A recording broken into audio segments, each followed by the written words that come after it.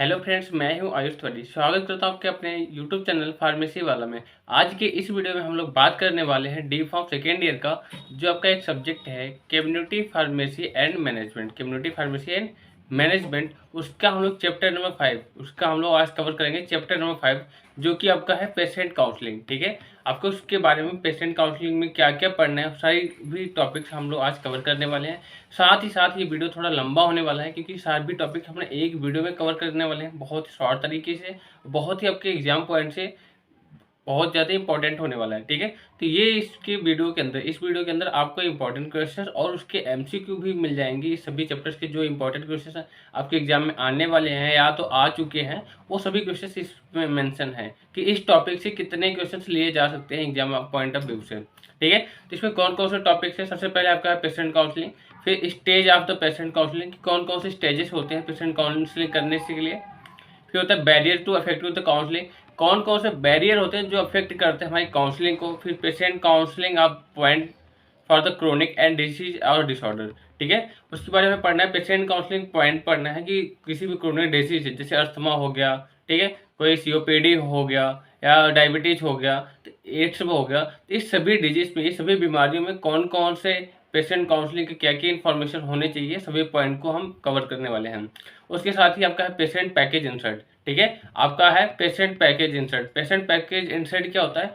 Patient package insert वो होता है जब कोई दवाई खरीदते हो, कोई अब दवाई खरीदते हो, उसके अंदर एक छोटी सी लिफलेट की जैसा मिलता है। ठीक है, जिसमें सारी इन्फॉर्मेशन होती है अबाउट द ड्रग के। ठीक है, और लास्ट पॉइंट है आपका पेशेंट इन्फॉर्मेशन लिफलेट। ठीक है, तो सेम उसके जैसा ही होता है, उसमें थोड़ा और एडवांस लेवल का और ज़्यादा इन्फॉर्मेशन होता है कि इसका ड्रग से अट्रैक्शन होता है, ये जो दवाई यूज कर रहे हो, इस दवाई का किसी दवाई से रिएक्शन तो नहीं हो सकता है, कहीं फूड से तो रिएक्शन नहीं हो जाता है, और सभी इन्फॉर्मेशन उसके अंदर लिखे होते हैं। तो चलिए दोस्तों, वीडियो को शुरू करते हैं। तो शुरू करने से पहले अगर आप हमारे चैनल पर नए हो तो चैनल को सब्सक्राइब करना बिल्कुल ना भूलें, जिससे आने वाली सभी वीडियो आपके लिए बहुत ज़्यादा हेल्पफुल होने वाली है और सभी वीडियो का इन्फॉर्मेशन आपको सबसे पहले पहुंचे। तो चलिए दोस्तों, वीडियो को शुरू करते हैं। सबसे पहले हम जानेंगे कि पेशेंट काउंसलिंग होता क्या है। ठीक है, सबसे पहले हम जानेंगे कि पेशेंट काउंसलिंग होता क्या है। हम पेशेंट काउंसलिंग पढ़ रहे हैं, पेशेंट काउंसलिंग करते क्यों हो, तो इसका एक मोटा मोटा बता दो आपको कि पेशेंट काउंसलिंग होता क्या है। आप अगर किसी हॉस्पिटल में हो, तो वहाँ पे जो पेशेंट है, ठीक है, पेशेंट की काउंसलिंग दी जाती है। उसमें क्या क्या इन्फॉर्मेशन होता है कि पेशेंट को आप बताते हो, पेशेंट किस लिए, और पेशेंट को बताते हो कि आप उसका जो दवाई चल रहा है और किस लिए चल रहा है, कौन सा दवाई खाए, उसके जल्दी इफेक्ट हो, टाइम ड्यूरेशन क्या है, मतलब सभी उसके डिजीज के बारे में आप लोग उसे बताते हो, उसका प्रॉब्लम्स क्या है, आप उसके इन्फॉर्मेशन लेते हो। इसी को बोलते हैं पेशेंट काउंसलिंग। बात करते हैं डेफिनेशन की। पेशेंट काउंसलिंग डेफिनेशन क्या होता है? The patient counselling is a process to provide the medication information to the patient and their representative, जो भी अटेंडमेंट होते हैं, ठीक है, about the drug use, storage, drug dose, adverse effect and contraindication of the chances in the life style, verbally और written form. ठीक है, patient counselling क्या होता है? पेशेंट काउंसलिंग एक ऐसी प्रोसेस है जिसमें प्रोवाइड किया जाता है मेडिकेशन इन्फॉर्मेशन। ठीक है, हमने बोला एक मेडिकेशन इन्फॉर्मेशन प्रोवाइड की जाती है टू द पेशेंट, पेशेंट के लिए किया जाता है या उसके जो भी रिप्रेजेंटेटिव हैं उसके लिए किया जाता है। ठीक है, किसके बारे में? अबाउट द ड्रग, ड्रग के बारे में करते हैं, ठीक है, उसके स्टोरेज के बारे में करते हैं, उसके यूजेस के बारे में करते हैं, डोज क्या है, मतलब कौन कौन सा हम डोज ले, डोज का फॉर्म क्या है रहेगा, ठीक है, एडवर्स इफेक्ट के लिए उसके इन्फॉर्मेशन बताया जाता है, कॉन्ट्रा इंडिकेशन, उसके अंदर किसका दवाई लेने से कंट्रा इंडिकेशन हो जाता है, कब नहीं लेना चाहिए, और change in the life style, जो भी चेंजेस होते हैं लाइफ स्टाइल में, वो सभी इन्फॉर्मेशन होते हैं वर्बली और इन रिटेन फॉर्म।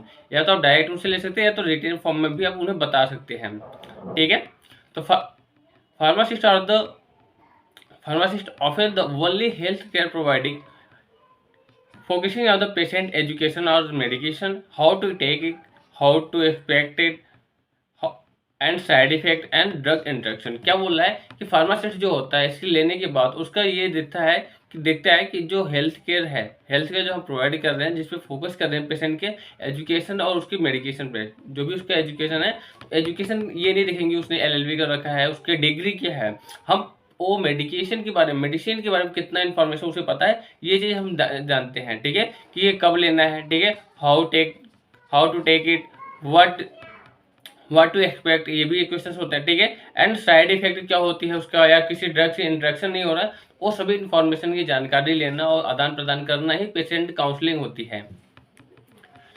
अब बात करें पेशेंट काउंसलिंग की प्रॉफिट क्या होती है, बेनिफिट क्या होती है, ठीक है। Benefit of the patient counselling, तो दोस्तों ये बता दूं, ये वीडियो थोड़ा लंबा होने वाला है, क्योंकि इसमें एक ही वीडियो हम सभी टॉपिक्स कवर करने वाले हैं जो कि आपके पॉइंट ऑफ जो एग्जाम ऑफ पॉइंट से बहुत ज़्यादा इंपॉर्टेंट है, ठीक है। और इसमें सभी क्वेश्चन बहुत ज़्यादा जो इंपॉर्टेंट क्वेश्चन है उसमें इस लेक्चर में मेंशन किए हुए हैं, तो लास्ट तक आप बने रहिएगा, वहाँ पे सभी इन्फॉर्मेशन क्वेश्चन के बारे में आपको बताया जाएगा कौन सी ज़्यादा इंपॉर्टेंट क्वेश्चन है, ठीक है।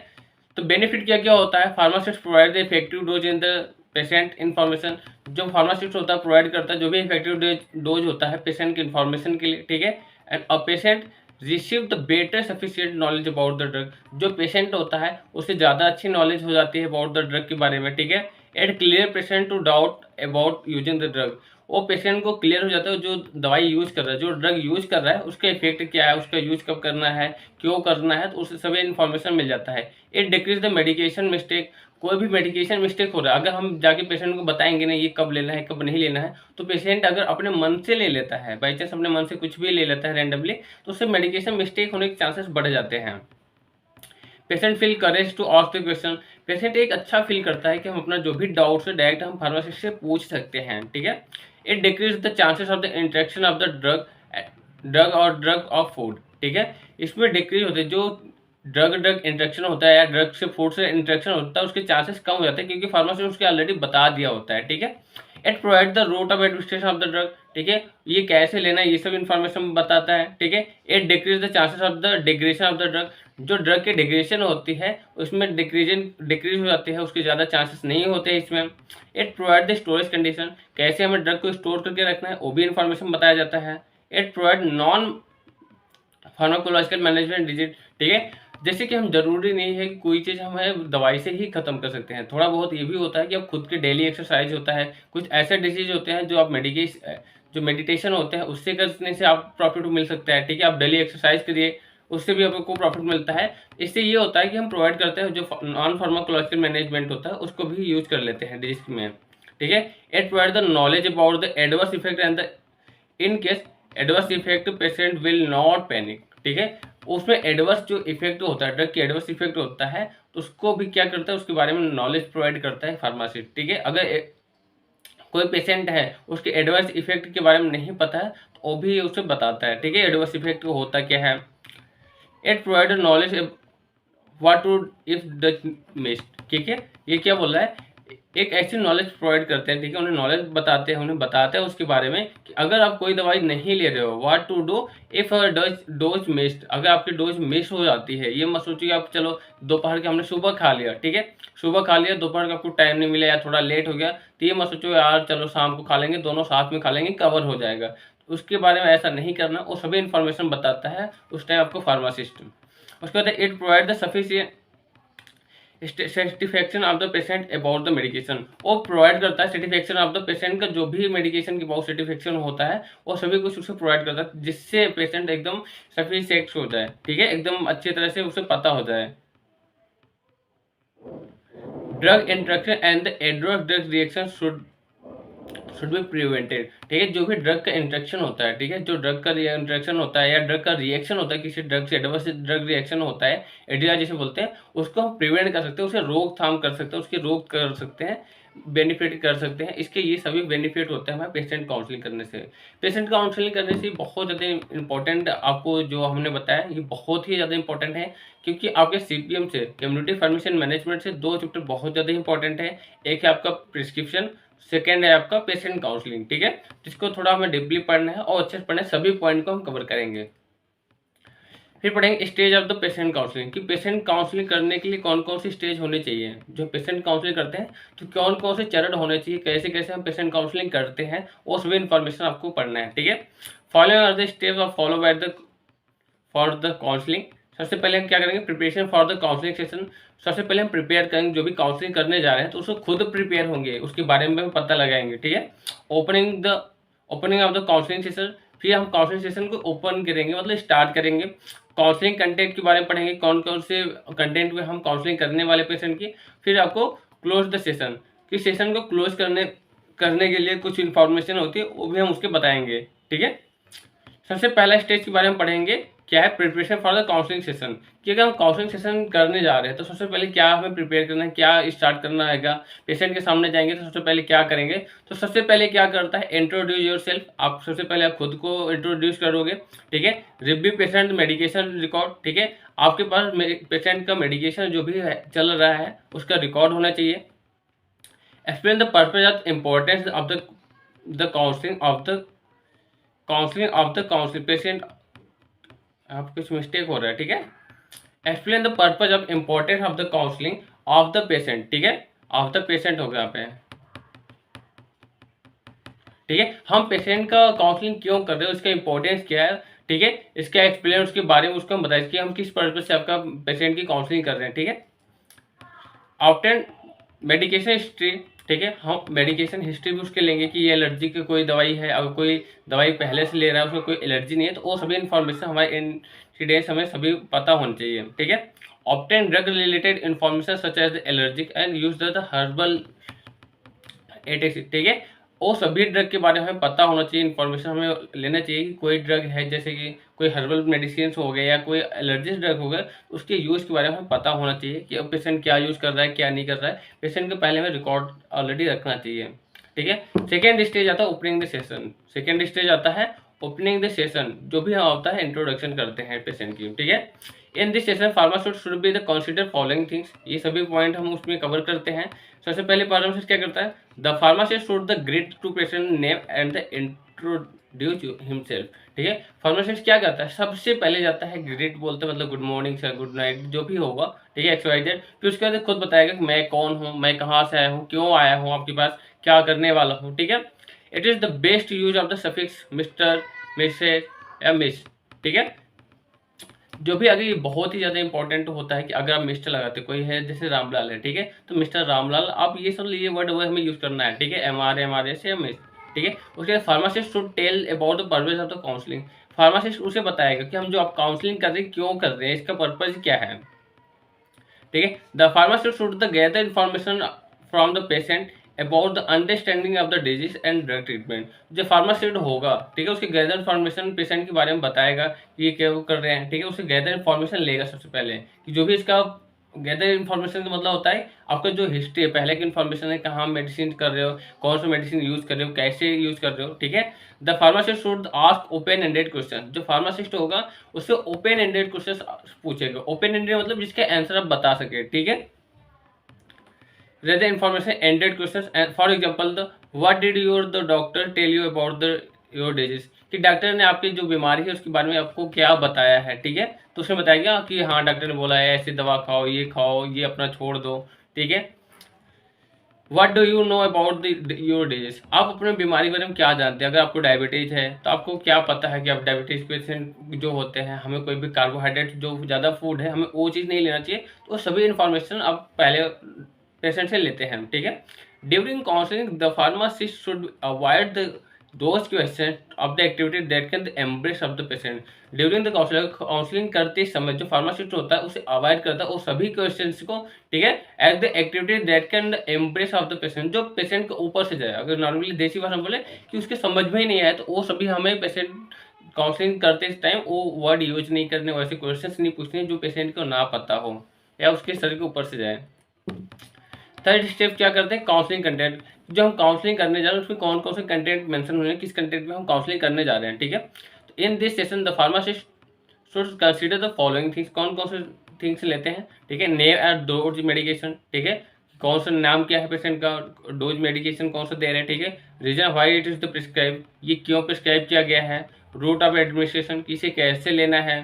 ठीक है, duration of the drug administration, कि कितने टाइम बाद ये कितने टाइम बाद ये लेना है, 4 घंटे पे, 3 घंटे में, या दिन में 2 बार, ये सभी इन्फॉर्मेशन होनी चाहिए। एक्सपेक्टेड बेनिफिट, इसका बेनिफिट क्या होगा। ठीक है, एक्सपेक्टेड ड्यूरेशन ऑफ ट्रीटमेंट, कि जो ट्रीटमेंट का ड्यूरेशन चला वो कितना है। पॉसिबल एडवर्स इफेक्ट, जो भी एडवर्स इफेक्ट है उसकी पॉसिबिलिटी उसको पता होनी चाहिए। ठीक है, स्टोरेज रिकमेंडेशन, किसे कैसे स्टोर करना है। What to do if the dose miss, कि पेशेंट को जरूरी नहीं है कि पेशेंट को ही पता होना चाहिए, सबसे पहले हमें फार्मासिस्ट को पता होना चाहिए, ठीक है। अगर सपोज दैट ये मेडिकेशन मिक्स्ड हो रहा है, ठीक है, तो ये क्या होगा, इसका इफेक्ट, कोई साइड इफेक्ट तो नहीं आ रहा है, या उसके डोज बढ़ानी चाहिए नेक्स्ट बार, तो क्या सभी इन्फॉर्मेशन उस पेशेंट को उसके फार्मासिस्ट को पता होना चाहिए। Minimum duration of the required to the show therapeutic benefit, उसका बहुत ही मिनिमम रिक्वायर्ड होती है, ठीक है। Minimum duration required to show the therapeutic benefit, इसमें क्या बोल रहा है, जो ड्यूरेशन है, जो ट्रीटमेंट का ड्यूरेशन हो वो कम से कम होना चाहिए, जिससे अपना थेरेप्यूटिक इफेक्ट दिखा सके। फोर्थ स्टेज आता है काउंसलिंग सेशन, ठीक है, क्लोजिंग सेशन। अब हमने पेशेंट काउंसलिंग कर लिया, सारी इंफॉर्मेशन ले लिया, अब उसको क्लोज कैसे करना है, कि काउंसलिंग खत्म कैसे करना है। तो before the closing of the counseling session, it's the essential to check the patient understanding and can be achieve the right feedback question for the example, ठीक है। इसमें ये बोल रहा है before closing the counselling session, ठीक है, हमें क्लोजिंग करने से पहले, ठीक है, जो हम काउंसलिंग सेशन करते हैं, काउंसलिंग करने से पहले, खत्म करने से पहले हमें क्या करना है, सभी इसेंशियल इन्फॉर्मेशन को हमें लेना है, ठीक है।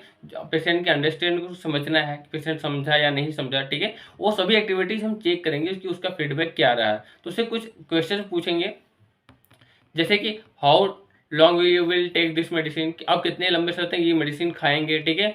When you will take this medicine, ठीक है, आप ये मेडिसिन कब लोगे। What will you do if you miss dose, ठीक है, अगर आपका कोई डोज मिस हो जाता है तो आप क्या करोगे, ठीक है। The pharmacist should be ask the patient have the any doubts, और खुद उससे पूछे, ऐसा नहीं है कि सिर्फ अपना ही पूछे जाए, अपना ही बताया जाए, उससे पूछे जाए, उससे भी पूछेगा कि आपको कोई डाउट्स तो नहीं है, हमने जो बताया हो सकता है आपकी लैंग्वेज ना समझ में आई हो, तो वो खुद डाउट्स पूछता है, ठीक है। फार्मासिस्ट कोई डाउट्स है, अगर कोई इन्फॉर्मेशन पता है, ठीक है, अगर पेशेंट नहीं पता है या बताना चाहता है, तो उसको जो भी डाउट्स होता है तो फार्मासिस्ट उससे डाउट्स भी पूछता है कि आपको कोई डाउट्स तो नहीं है, ठीक है, या कोई आपने बताया उसके दिमाग से उतर गया हो या उसने अच्छे से नहीं समझा हो, आप फिर से उसे दोबारा बताएंगे, ठीक है। Before the closing pharmacist should be the summarise the main of the point time permit for date, ठीक है। अगर आपके पास टाइम है, अगर आप फार्मासिस्ट हो, अगर आपके पास टाइम है और आप पेशेंट काउंसलिंग कर रहे हो, अगर आपके पास टाइम है, पेशेंट काउंसलिंग कर रहे हो, तो आप फिर से जितने पॉइंट आप बताए हो, जितने भी पॉइंट आप बताए हो पेशेंट को, उसे समराइज करोगे, उसे थोड़े समय में जितना भी आप टाइम है उसे एक बार फिर से बताओगे, रिकैप करोगे।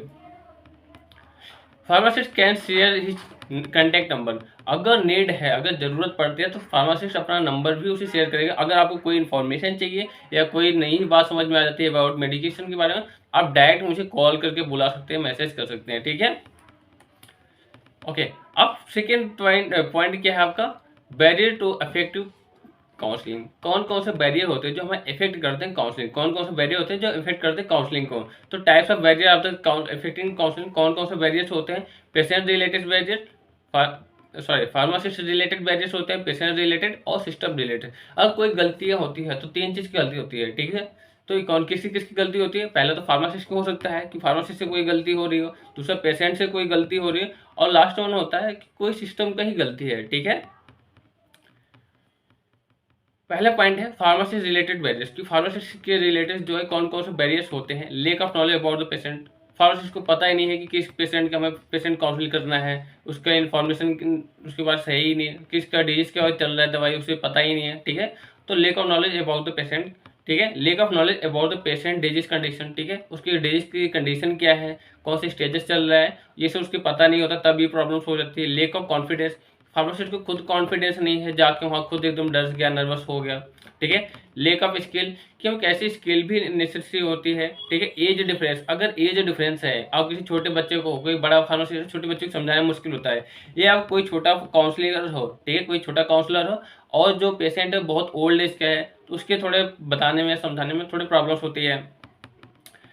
मेन पॉइंट आता है डिफरेंस जेंडर, ठीक है। डिफरेंस जेंडर, अब जैसे लड़की है तो कहाँ लड़कों की बात सुनने वाली, ठीक है। अगर आप लड़की हो, पेशेंट जो है, ठीक है, पेशेंट लड़का है, और अगर पेशेंट लड़का है, फार्मासिस्ट लड़की है, और अपनी बातें तो जल्दी से कर लेगी, ठीक है। अगर सपोज पेशेंट लड़की है और फार्मासिस्ट जो है वो लड़का है, तो वो थोड़ा जेंडर प्रॉब्लम्स हो जाती है, वो सभी बातें बता नहीं पाते, ठीक है। जो भी पेशेंट होता है, पेशेंट अपनी बातें अच्छे से नहीं बता पाते कि अपने डिजीज के बारे में कौन सी कंडीशन चल रहा है, तो जेंडर डिफरेंस अगर होता है तो बैरियर्स आते हैं।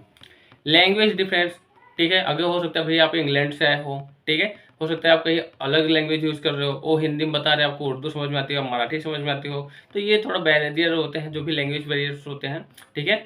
लेक ऑफ लिसनिंग, अगर फार्मासिस्ट को अच्छे से लिसनर ही नहीं है, ठीक है, एक गुड लिसनर ही एक बोलते हैं ना, एक जो अच्छे सुनता होता है, ठीक है, जो अच्छा श्रोता होता है वही अच्छा वक्ता हो सकता है, ठीक है। आपका जो कोई चीज़ सीखना है ना, अगर कुछ भी सीखना है तो सबसे ज़रूरी होता है आपको कि सुनना, ठीक है। आप जितना ज़्यादा सुनेंगे उतना ज़्यादा आप सीख पाएंगे, ठीक है। उसके बाद होता है लेक ऑफ टाइम, अगर टाइम ही कम है, ठीक है, तो पेशेंट सोचता है ना, फार्मासिस्ट सोचता है चलो यार टाइम खत्म होने वाला है, ड्यूटी 6 बजे बंद होने वाली है, टाइम देखता है, चलो जल्दी जल्दी जल्दी कर लेता है, ठीक है। इसमें थोड़ा बैरियर्स आते हैं।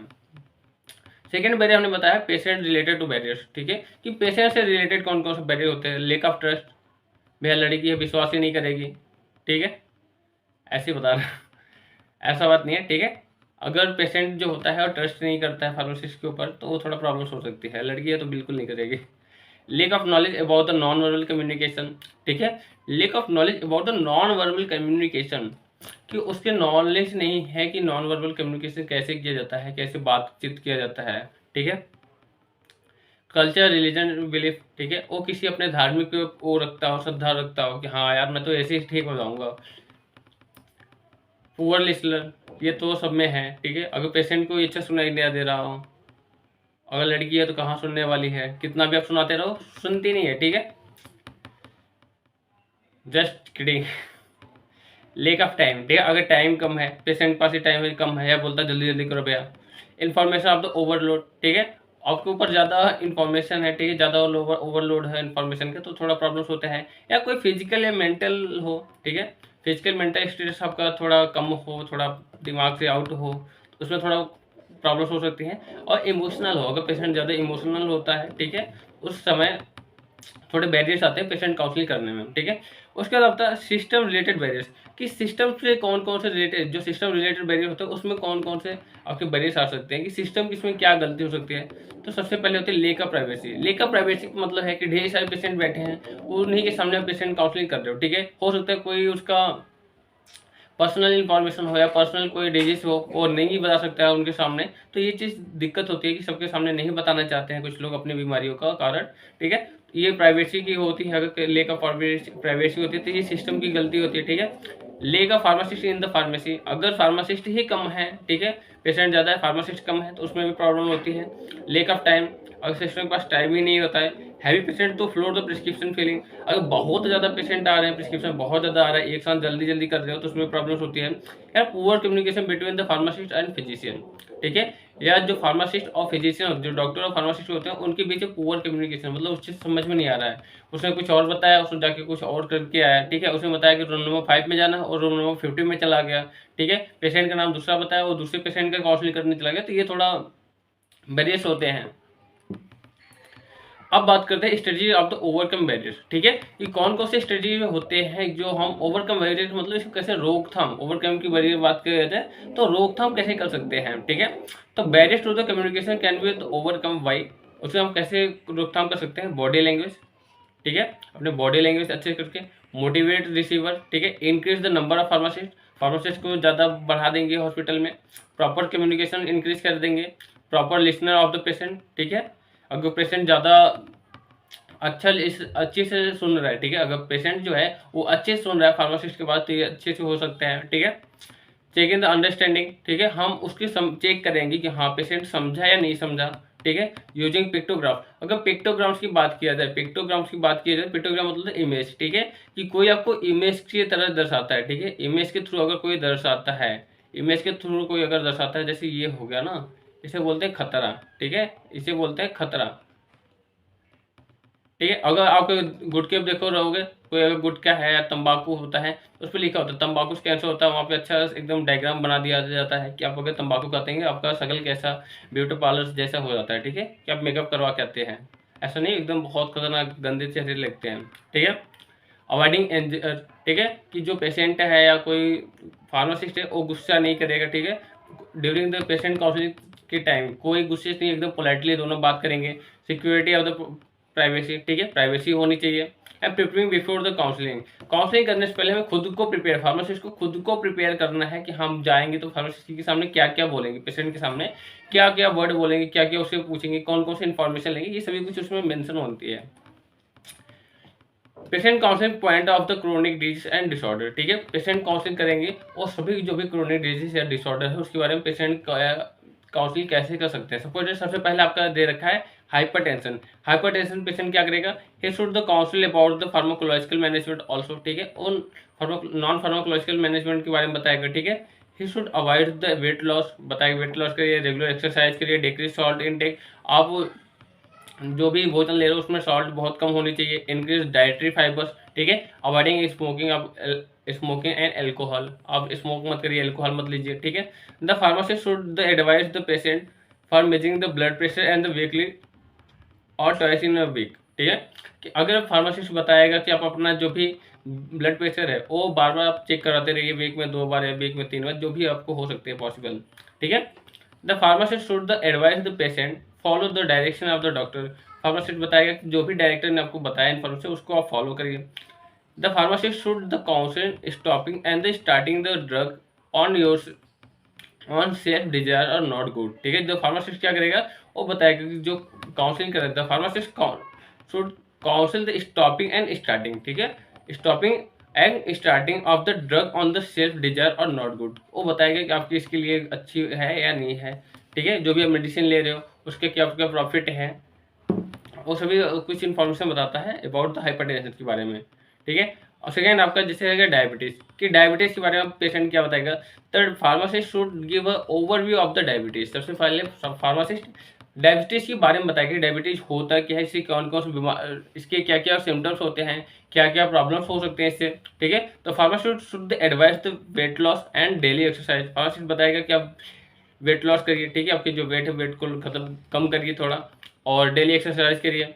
The pharmacist advise to avoid sweet food having the amount of carbohydrate, आप मिठाई कम खाना छोड़ दीजिए, शादी ब्याह में जाते हैं तो चाप के रसगुल्ला खाते हैं, ठीक है, तो चाप के रसगुल्ले नहीं खाने हैं, ठीक है, वैसे सभी फूड आपको नहीं लेना है जिसमें ज़्यादा कार्बोहाइड्रेट होते हैं। The pharmacist should be advise the check of the blood sugar level, ठीक है, फार्मासिस्ट उसमें बताएगा कि अपना ब्लड शुगर लेवल भी चेक कराते रहिएगा। The pharmacist will take the patient about the hypoglycaemic condition, ठीक है, pharmacist will the take about the hypoglycaemic condition होता है उसके बारे में बताएगा, ये भी एक डिसीज होती है जिसमें हाइपोग्लाइमिया जो होता है उससे इंक्रीज कम हो जाती है, ठीक है, ऐसी कंडीशन होती है उसके बारे में बताएगा कि अगर आप ज़्यादा लेते हो तो हाइपोग्लाइमिक हो जाता है, ठीक है। He will the counsel the patient regarding the storage condition of the insulin, आप जो इंसुलिन लेता है, ठीक है, अगर कोई उसे पेशेंट को डायबिटीज है, उसे शुगर है, डायबिटीज को अगर देसी में बोलते हैं शुगर, ठीक है, डायबिटीज को बोलते हैं शुगर, शुगर नहीं शुगर, ठीक है, डायबिटीज को बोलते हैं शुगर, ठीक है, शुगर मतलब आपके बॉडी में शुगर लेवल में आपके जो ब्लड होता है ब्लड में शुगर लेवल इंक्रीज हो जाता है उसे बोलते हैं डायबिटीज, ठीक है, तो उसे इंसुलिन लिया जाता है, एक नॉन इंसुलिन डिपेंडेंट डायबिटीज होता है, एक इंसुलिन डिपेंडेंट डायबिटीज होता है। अगर इंसुलिन डिपेंडेंट डायबिटीज है तो डायबिटीज की जो इंसुलिन होती है उसको स्टोरेज कंडीशन बताएगा pharmacist. Should advise the insulin dependent patient have the chocolate और other sweet in himself about the trip and the not skip milk, ठीक है, अगर फार्मासिस्ट है एडवाइस करते इंसुलिन डिपेंडेंट पेशेंट है, ठीक है, अगर वो इंसुलिन डिपेंडेंट पेशेंट है तो चॉकलेट कुछ उसके पास चॉकलेट्स होने चाहिए एंड अदर स्वीट होने चाहिए, अगर ड्यूरिंग वो कहीं जा रहा है लंबे समय जा रहा है उसे पता चल रहा है कि हाँ हमारे बॉडी में ग्लूकोज लेवल कम हो रहा है, ठीक है, हाइपोग्लाइसेमिक कंडीशन आ रहा है, ग्लूकोज लेवल कम, ब्लड जो आपके ब्लड में शुगर लेवल कम हो रहा है, ठीक है, तो उसमें क्या करेगा हाइपोग्लाइमिक कंडीशन स्टार्ट हो जाता है। उस कंडीशन अगर लगता है आपको हाइपोग्लाइमिक कंडीशन स्टार्ट हो रहा है तो आपके पास जो भी चॉकलेट है जो भी शूटिंग एजेंट है आप उसे यूज कर सकते हैं। फार्माकोलॉजिकल मैनेजमेंट की अगर फार्माकोलॉजिकल, ये तो नॉन फार्माकोलॉजिकल मैनेजमेंट हो गया, ठीक है, फार्माकोलॉजिकल मैनेजमेंट की बात करें तो क्या देंगे, ठीक है, उसे हम बाइफेसिक इंसुलिन देते हैं, ठीक है, एंड टेलेंजिटिन देते हैं, ठीक है, एल्बो ग्लूटाइड देते हैं, एल्बो ग्लूटाइड, ठीक है, एल्बो ग्लूटाइड जो होता है आपको ये टेबलेट के फॉर्म में आता है, मेटफॉर्मिन देते हैं, ये सभी आपके ड्रग की मेडिसिन के नाम है, ठीक है, एंड क्या कहते हैं वोग्लीबॉस देते हैं, ठीक है, एंड ब्रोंकोप्रिप्टिन देते हैं, ठीक है, ब्रोमोक्रिप्टिन देते हैं, ब्रोमोक्रिप्टिन क्यों देते हैं, ठीक है, जो भी हम ब्रोमोक्रिप्टिन देते हैं ये एक ऐसी कंडीशन में देते हैं अगर बहुत ज़्यादा इसकी लेवल बढ़ गई है, ठीक है, डायबिटीज बहुत अच्छे लेवल पे आ गई है उस कंडीशन में ये टेबलेट दिया जाता है। अब बात करते हैं अस्थमा। दोस्तों यहाँ पे जो आपका ये फार्माकोलॉजिकल मैनेजमेंट लिखा है, ये आपके थेराप्यूटिक में बहुत ज़्यादा हेल्पफुल होने वाला है फार्माकोलॉजी में, ठीक है, कि पेशेंट के लिए कौन कौन से ड्रग होते हैं, तो ये दोनों जगह आपका ड्रग का नाम याद करना बहुत ज़्यादा इंपॉर्टेंट है, ठीक है। अब बात करें अस्थमा। अस्थमा के लिए क्या एडवाइस कर सकता है पेशेंट काउंसलिंग, क्या क्या बता सकता है अबाउट पेशेंट के बारे में, ठीक है। He will advise the avoid the allergic smoking, तंबाकू। आप उसके बताओगे कि जो भी एलर्जी से उससे दूर रहिए, स्मोक मत करिए, तंबाकू मत खाइए, ठीक है।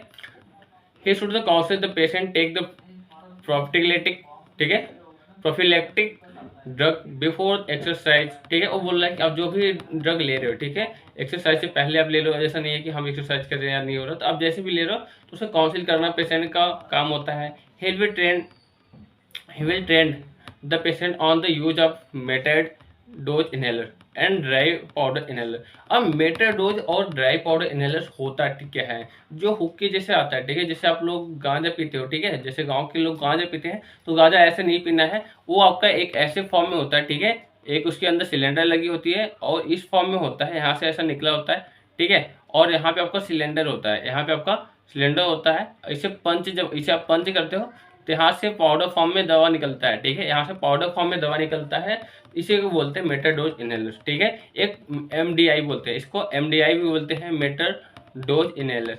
एक होता है एमडीआई, ठीक है, एक पाउडर होता है, एक dry powder inhaler. Dry powder क्या बोलते हैं, डीपीआई, एमडीआई और डीपीआई, ये दो बोलते हैं, ठीक है। he should advise not a crush chew the sustain release thing drugs। जो भी आपका धीरे धीरे रिलीज होने वाले ड्रग है, टैबलेट्स है, उसको चबाना नहीं है, उसे क्रश भी नहीं करना है, ठीक है। उसके बारे में बताया, क्योंकि उसकी जो भी क्वांटिटी होती है उसके लिए वही बनाया जाता है, ठीक है। अगर आप एक साथ चबा लेते हैं उसकी डिसइंटीग्रेशन बहुत जल्दी हो जाता है, हो सकता है कोई साइड इफेक्ट प्रोड्यूस कर दे बॉडी में।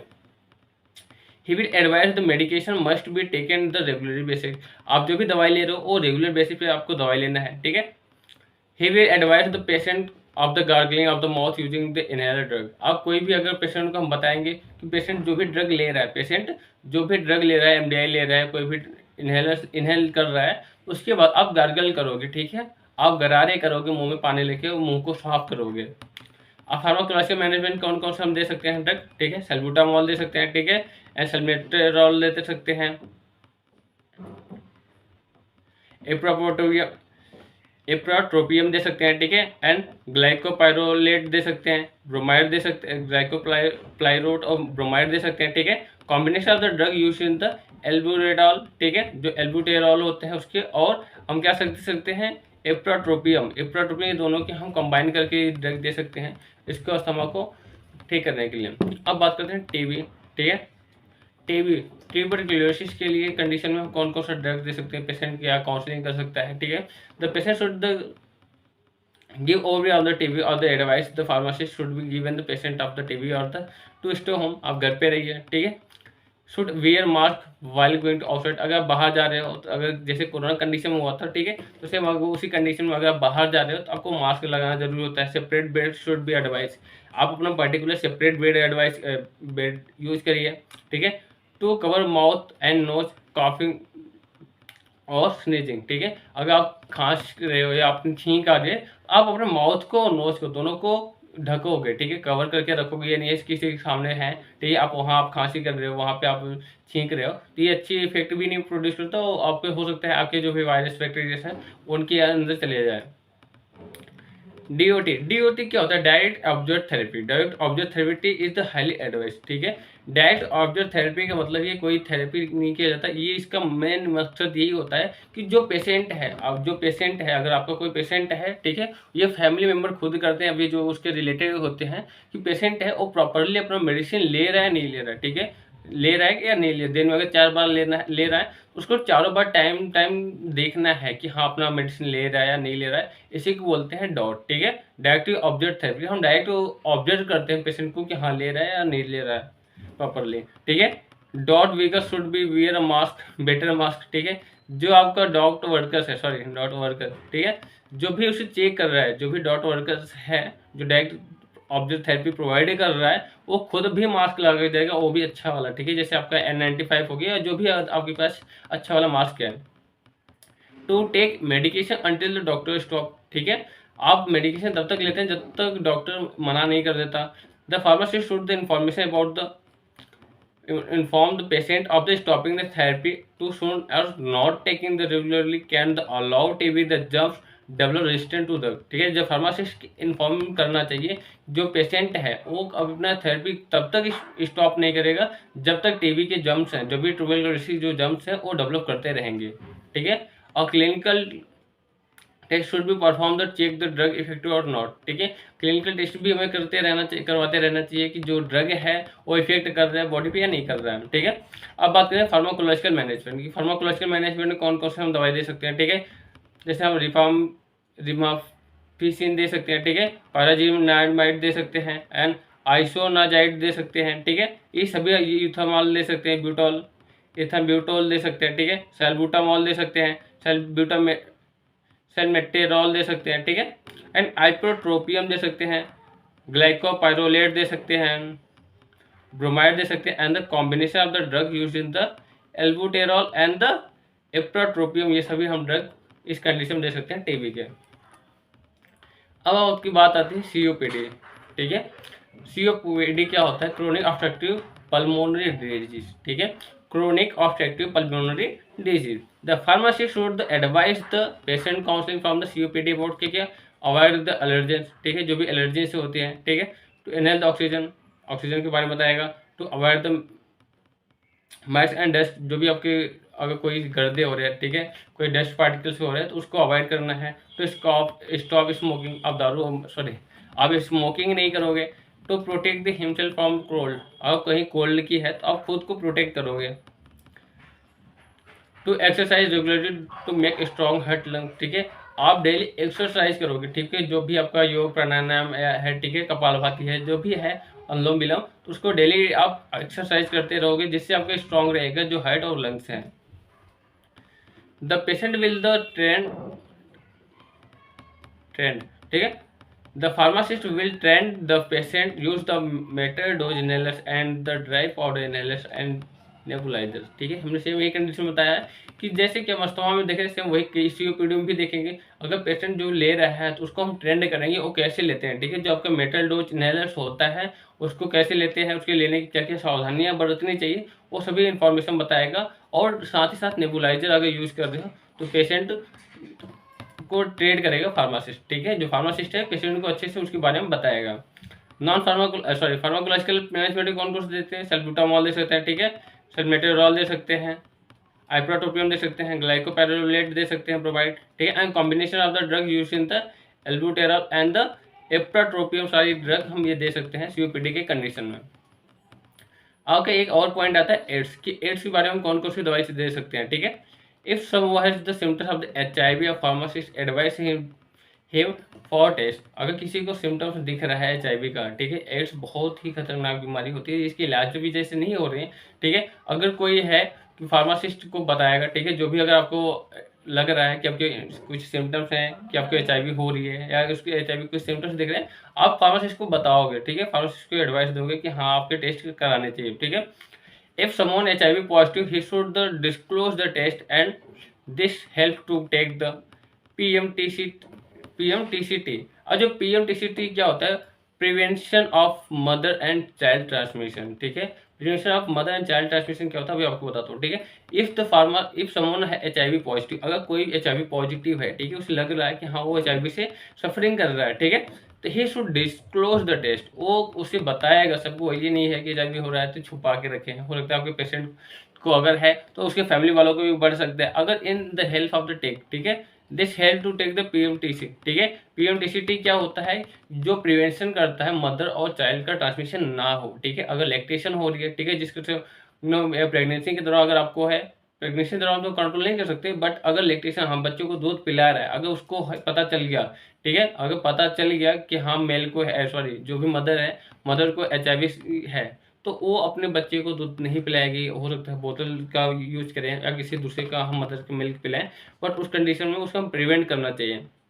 ऐसे बोलते हैं PMTCT। ये बहुत ही इंपॉर्टेंट एक क्वेश्चन में एक नंबर में आ सकते हैं बोर्ड एग्जाम में, ठीक है, कि PMTCT क्या होता है। The HIV positive mother should be informed about the feeding alternative, ठीक है।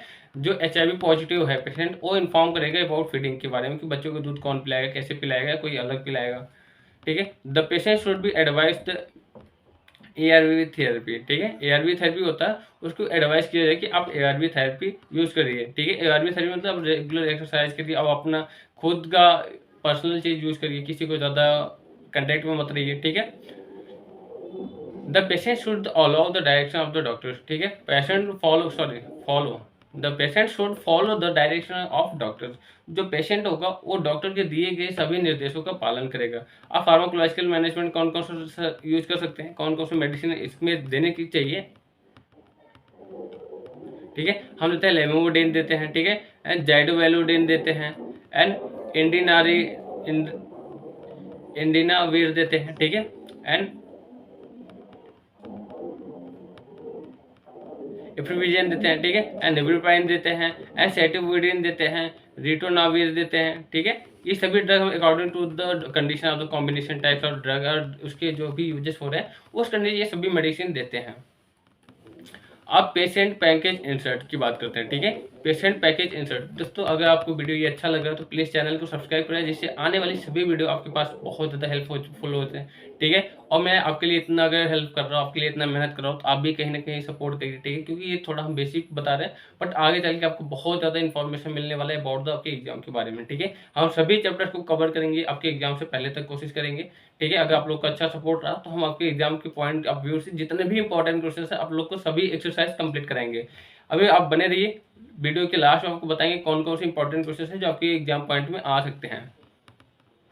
अब पेशेंट पैकेज इंसर्ट की बात की जाए तो एक नॉर्मल सी देसी बात हम बताऊं, जो पेशेंट पैकेज इंसर्ट होता है, आप जो डिब्बिया लेते हो, जो दवाई लेते हो, उसके अंदर जो लिफलेट होता है उसी को बोलते हैं पेशेंट पैकेज इंसर्ट, ठीक है। पेशेंट जो भी आपका पैकेजिंग है, ठीक है, जो भी आप पैकेट ला रहे हो, जो भी मेडिसिन ला रहे हो, उसके अंदर जो पर्ची रहती है उसी को बोलते हैं पेशेंट पैकेज इंसर्ट, जिसमें सारा इन्फॉर्मेशन होता है, ठीक है। एक इसी लिफलेट की फॉर्म में भी आता है, देखेंगे छोटी सी बुक होती है या तो एकदम कॉपी उसका पेज होता है, उसको फोल्ड करके उसमें रखा होता है, ठीक है। डिफिनेशन की बात करें, the patient package insert of the FDA approved document, FDA approved document होता है, ठीक है, in the form of leaflet और बुकलेट, ठीक है। ये तो लिफलेट के फॉर्म में आएगा या तो बुक के फॉर्म में आएगा, ठीक है। Now it is available in the electronic form also, ठीक है। अब तो ये इलेक्ट्रॉनिक फॉर्म में भी आ सकता है कि आपको कोई मेडिसिन लाया हो, तुरंत उसका टाइप करो, ड्रग का नाम बताओ, उस पर अपलोड करो, वहाँ से सारे ढेर सारे इन्फॉर्मेशन मिल जाते हैं आपको, क्योंकि इसमें क्या है, क्या सभी कंडीशन उसमें लिखे होते हैं, जैसे एसेंशियल ड्रग इन्फॉर्मेशन सभी लिखे होते हैं, जैसे कि हो गया कि ड्रग के यूज़ कब करना है, कौन सा डोज है, कंट्राइंडिकेशन क्या है, इसकी स्टोरेज कंडीशन कैसी है, एडवर्स इफेक्ट कैसा है, ड्यूरेशन ऑफ द मेडिकेशन, ठीक है, जो मेडिकेशन हो रहा है उसका ड्यूरेशन कैसी होनी, कितनी होनी चाहिए। It is the regularly of the legislative and health authority of the nation, ठीक है। It should be written and simple language and the misleading should be avoided. इसमें यह है कि बहुत ही सिंपल लैंग्वेज में लिखा हुआ होना चाहिए, और कोई भी अगर मिसलीडिंग है तो उसको अवॉइड करना चाहिए, ठीक है, वहाँ उसे अवॉइड कर देता है, और सभी इंफॉर्मेशन होता है अबाउट द ड्रग के बारे में। अब इम्पोर्टेंस और इसकी बेनिफिट आएंगे, इसकी इंपॉर्टेंट या बेनिफिट क्या है, it provide many essential information related to prescription and written form, ठीक है। और सभी इन्फॉर्मेशन बताता है जो भी प्रिस्क्रिप्शन के बारे में लिखा गया तो उसमें ऑलरेडी उसमें लगा होता है, ठीक है। When it is in written form the can be use the any time और the chance no chances to the forget just like the oral counselling. जैसे अगर ओरल काउंसलिंग हो सकता है पेशेंट भूल गया हो, तो उसके लिए रिटन इन्फॉर्मेशन होता है, ठीक है, रिटन इन्फॉर्मेशन होता है, तो बाद से फिर दोबारा अपना पढ़ सकते हैं, जो भी घर में फैमिली मेम्बर जो भी पढ़ा लिखा होगा उससे आपको पूछ सकता है कि हाँ ये कब यूज़ करना है, कैसे यूज़ करना है। It is approved by the FDA and the legislative health authority. So there less on the chances of the wrong information. उसे क्या करता है, it is the approved by the FDA से होता है, ठीक है। FDA approved authority जो होता है, फूड एंड ड्रग अथॉरिटी होता है, उससे अप्रूव्ड होता है, ठीक है। हेल्थ अथॉरिटी के थ्रू जो होता है उसे रजिस्टर किया जाता है, और क्या करता है, there is less chance of the wrong information. इसमें बहुत ही कम चांसेस होते हैं कि जो रॉन्ग इन्फॉर्मेशन, गलत इन्फॉर्मेशन वो कम हो, क्योंकि किससे अप्रूव्ड है, FDA और लेजिस्लेटिव हेल्थ अथॉरिटी से, दोनों से ये अप्रूव किया जाता है। This is the beneficial for the health care provider and the patient also. जो भी पेशेंट है, ठीक है, उसके लिए बेनिफिट होता है, और जो भी हेल्थ केयर प्रोवाइडर्स है, जो फार्मासिस्ट हो गया, RMP हो गया, उसके लिए भी बेनिफिट होता है, उसकी पता चल जाता है ड्रग के बारे में। It has all those content the provided by counselling. जो हम काउंसलिंग के समय बताते हैं कि डोज कैसे लेनी है, कब लेनी है, इसके कंट्रोल इंडिकेशन क्या है, एडवर्स इफेक्ट क्या है, ऑलरेडी इसमें मेंशन होते हैं, ठीक है। It is the evidence best information about update the time to time and the basic clinical data available. ठीक है, ये होता है क्या है, एविडेंस जो बेस्ट इंफॉर्मेशन होता है उसे अपडेट करता रहता है time to time on the basis of the clinical data available. जो भी आपके क्लिनिकल डाटा अवेलेबल है उसको बार बार हम उसको टाइम टू टाइम अपडेट करते रहते हैं। द पीपीआई, ठीक है, पीपीआई क्या होता है, अगर पीपीआई की बात करें तो पीपीआई जो आपका यही इसी को बोलते हैं पीपीआई। ठीक है, पेशेंट पैकेज इंसर्ट को ही बोलते हैं पीपीआई। अगर सिर्फ कम्युनिटी फार्मेसी की बात की तब, ठीक है, अगर पीपीआई पूछ लिया कोलॉजी में तो प्रोटॉन पंप इनहिबिटर होता है। ठीक है, अगर PPI, the PPI should be increase the patient awareness और medication related to the issue of the contribute the safe correct and the use of the medication and the health of the success the treatment plan। क्या बोल रहा है कि जो PPI होता है, जो पेशेंट पैकेज इंसर्ट होता है, वो क्या होता है, द पीपीआई होता है इंक्रीज द पेशेंट अवेयरनेस। वो पेशेंट अवेयरनेस के बारे में इंक्रीज करता है, पेशेंट अवेयर हो जाता है कि ड्रग कैसे यूज करना है, किसी कोई भी मेडिकेशन रिलेटेड इशू अगर हो रही है तो पेशेंट को ऑलरेडी प्रॉब्लम उसका पता चल जाता है। ठीक है, contribute the safe and correct use of the medication, वो कंट्रीब्यूट कर देता है, ऑलरेडी पेशेंट को भी पता चल जाता है कि पेशेंट जो है कि हमें ये जो दवाई है ये कब लेनी है, कैसे लेनी है, सभी इन्फॉर्मेशन उसमें पता चल जाता है। And helpful to the success of the treatment plant, आपका जो ट्रीटमेंट प्लांट है, जो ड्यूरेशन है कि दवाई को आपके जो बीमारी है उसको जल्दी से ठीक करने में बहुत ज़्यादा हेल्पफुल होती है। सिनेरियो ऑफ द पीपीआई, ठीक है, अब सिनेरियो क्या है, पीपीआई जो सिनेरियो है नेशनल इंटरनेशनल, उसके क्या क्या कंडीशन चल रही है। अगर इंडिया की बात की जाए, the drug cosmetic act 1940 and the rule of the 1945 has the provision of for PPI and this provision to listed the section 6 schedule D second according to the this provision PPI must include information English language on. ठीक है, जो बोल रहे हैं the drug और cosmetic act जो थे 1940, ठीक है, और उसके जो रूल आए थे 1945 में सभी प्रोविजन पीपीआई के बारे में उसमें बताया गया है, जो लिस्टेड है section number C schedule D की सेकेंड की पॉइंट में। ठीक है, according to the this provision the PPI must include information about English. ठीक है, इंग्लिश में सभी इन्फॉर्मेशन लिखी गए हैं। थेराप्यूटिक इंडिकेशन के बारे में बताया गया है। ठीक है, पोस्टोलॉजी मतलब ड्रग कैसे लेने हैं, उसके बाद मेथड ऑफ एडमिनिस्ट्रेशन, ठीक है, मेथड ऑफ एडमिनिस्ट्रेशन लेने कैसे, काउंटर इंडिकेशन की कब नहीं लेनी चाहिए, स्पेशल वार्निंग, ठीक है, जैसे मेजर एडवर्स इफेक्ट है एंड प्रिकॉशन की सावधानियाँ क्या क्या होनी चाहिए, ड्रग इंट्रैक्शन किससे होनी चाहिए, counter indication the pregnancy lactation. ठीक है, अगर कोई पेशेंट है जो प्रेग्नेंट है या लैक्टेशन कर रही है तो उसे काउंटर इंडिकेटेड तो नहीं है। ठीक है, अनडिजायरेबल इफेक्ट या कोई अनडिजायरेबल इफेक्ट तो नहीं प्रोड्यूस कर रहा है, या एंटीडोज फॉर द ओवरडोजिंग, अगर ज़्यादा ओवरडोज होता है तो एंटीडोज भी इसकी हमें पता चल जाती है कौन कौन से लेने हैं। अगर बात किया जाए इन द अदर कंट्री में तो बहुत ज़्यादा इन्फॉर्मेशन तो नहीं पता चला। ठीक है, बट मैनी इंडस्ट्रियलाइज्ड कंट्रीज मैंने industrialise the country adopt in the more effective way, सभी इसे यूज करते हैं। In the US since the 1968 it's the nose the about patient oriented package insert. ठीक है, हम यहाँ पीपीआई बोलते हैं पेशेंट पैकेज इंसर्ट, वहाँ बोलते हैं patient oriented patient package insert. ठीक है, इन यूरोप की बात किया जाए, in Europe is also knows the patient information leaflet and now PPI is available in the country of the printed and electronic form, अगर प्रिंटेड और electronic form दोनों की फॉर्म में आता है हमारी कंट्री में। इन यूएस की बात किया जाए तो इस पे होता है http://pediat.net के ये जो वेबसाइट है इस पे होता है। ठीक है, इन यूरोप के फॉर्म में देखा जाए तो ये ऐसी वेबसाइट है जहाँ पे हम ड्रग का नाम डालते हैं, वहाँ सभी इन्फॉर्मेशन हमें मिल जाता है। ठीक है, तो यूरोप वाले, साउथ और यूएसए वाले जो होते हैं इसे फॉलो करते हैं वेबसाइट को। ठीक है, यूनाइटेड स्टेट जो फूड और ड्रग एडमिनिस्ट्रेशन है, जो यूरोपियन मेडिसिन है agency, amend the regulation the governing content the format of the labelling of the product for time to time, और टाइम टू टाइम प्रोडक्ट की लेबलिंग करते रहना चाहिए। ठीक है, ऐसा नहीं है कि ड्रग आज बन रहा है तो लेबल पहले ही बना के रख दें और 10 साल बाद बन रहा है तो वही लेबल हम उसमें चिपका दें, तो ऐसा नहीं होना चाहिए। ठीक है, जो भी हम लेबलिंग कर रहे हैं या जो भी ड्रग की इन्फॉर्मेशन लिख रहे हैं डेट टाइम उसी टाइम होने जब इस टाइम उसकी मैन्युफैक्चरिंग की जाती है।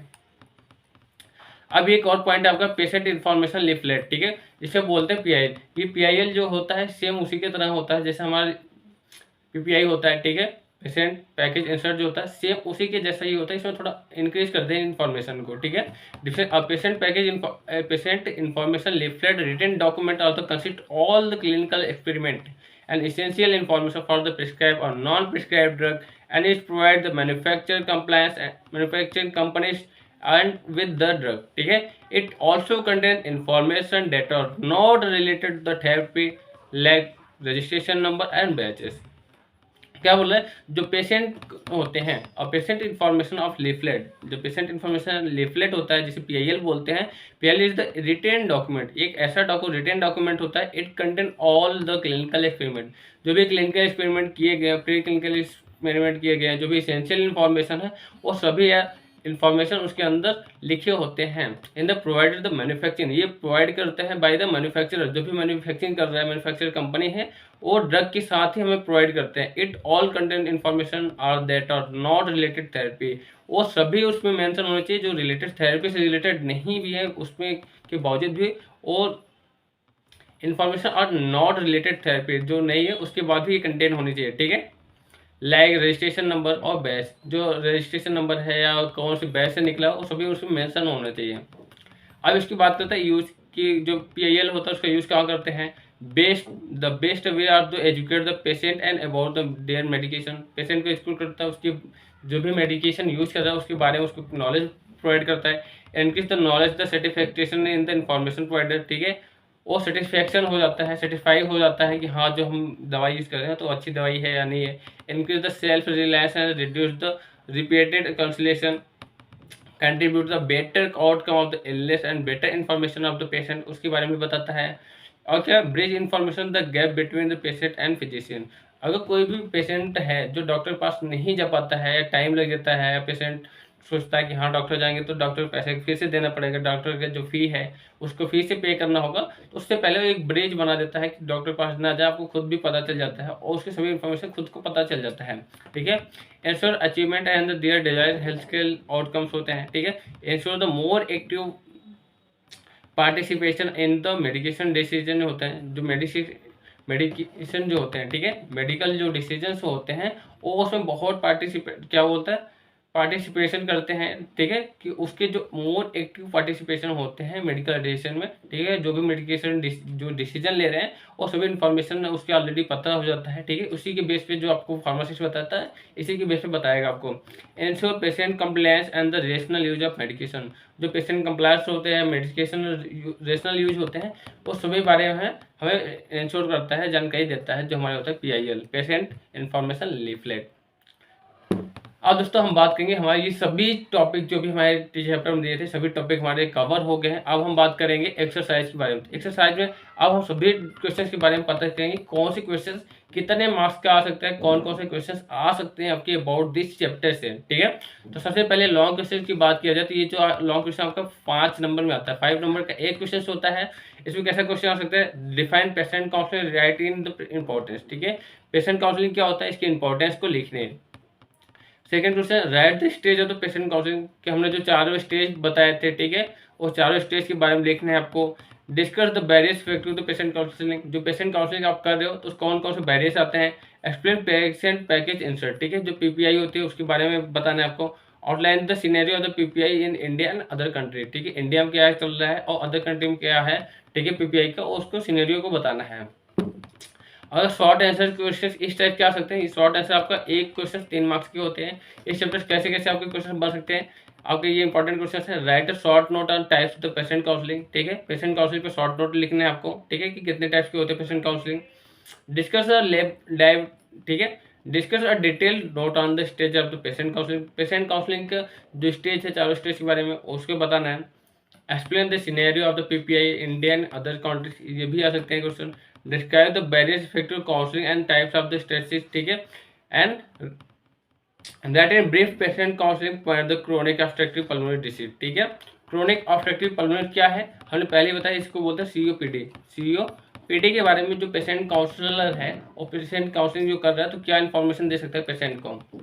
अगर वेरी शॉर्ट आंसर क्वेश्चन की बात की जाए तो ये एक मार्क्स में आते हैं क्वेश्चन। डिफाइन पेशेंट काउंसलिंग क्या होता है, right stage of the patient counselling, उसके स्टेज का नाम लिखना है। Explain the barrier and effective patient counselling, ये भी बहुत इंपॉर्टेंट क्वेश्चन है। Right about the types of stages overcome the barriers. A-list the patient with the counselling point chronic disorder, जो भी क्रोनिक डिसऑर्डर है उसमें क्या क्या पेशेंट अपना इन्फॉर्मेशन बता सकता है, सॉरी फार्मासिस्ट क्या क्या इन्फॉर्मेशन बता सकता है ड्यूरिंग द पेशेंट काउंसलिंग के दौरान। Explain about the patient package insert, PPI क्या होता है उसके बारे में बताना है, ठीक है। List the scenario of the PPI, यहाँ पे सिर्फ इंडिया की पूछा है कि इंडिया में क्या क्या सिनेरियो चल रहा है, ठीक है।